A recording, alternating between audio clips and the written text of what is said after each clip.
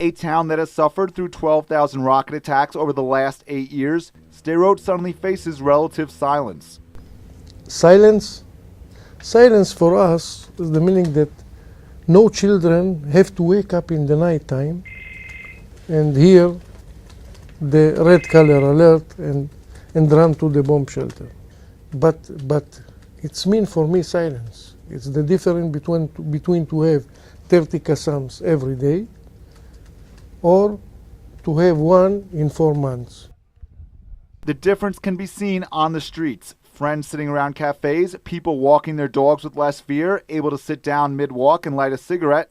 However, the healing process has only begun. Out of the 24,000 residents of Sderot, 7,000 are seeking treatment for post-traumatic stress disorder, most of them children. After you finish the Qassam attacks, arrive more people to the center, to the clinic, and try to explain what they feel.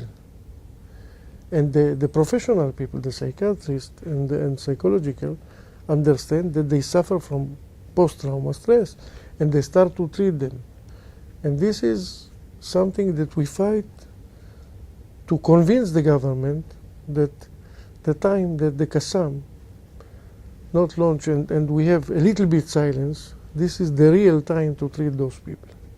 The peaceful days that have allowed for the people of Sderot to start coping with the stress have also lessened the tension from the rest of the country, making it harder to get the needed resources to treat those only starting to ask for help.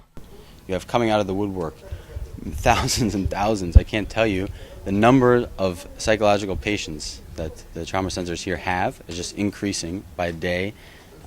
This is the time that people are coming out. Everyone's saying it's a quiet time, but during the high rocket times, the high escalations, people are coping.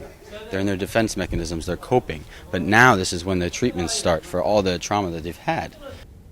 We didn't finish. One red color that we have last week bring 1,000 people in one morning to the station to take a treatment.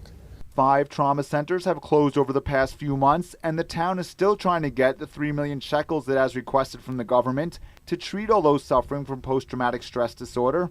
Hypervigilance, meaning an over-awareness of your environment and being easily startled, is a symptom of post-trauma that can be seen on the faces of Sderot. אנחנו מפחדים. יושבים ושומעים בום. אתה תראו אותם כמו מסכנים מתחבאים בכל מקום כמו אני יודע. The fear of another rocket attack is anything but paranoia. Last week, 4 color red alerts went off to signal Qassams that luckily landed outside of the town. And since the end of the CAS-led operation in January, 249 rockets have been shot in the direction of Sderot. However, despite the occasional color red alert, 1,000 people have moved into Sderot since the end of the fighting in Gaza. Businesses have also had to readjust to the quiet.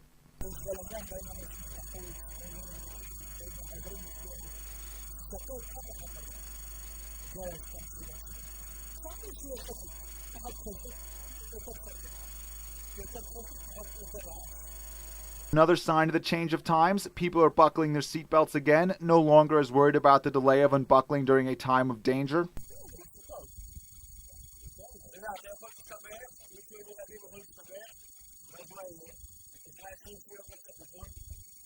And despite the looming fear of another wave of attacks from Gaza, the children remain resilient.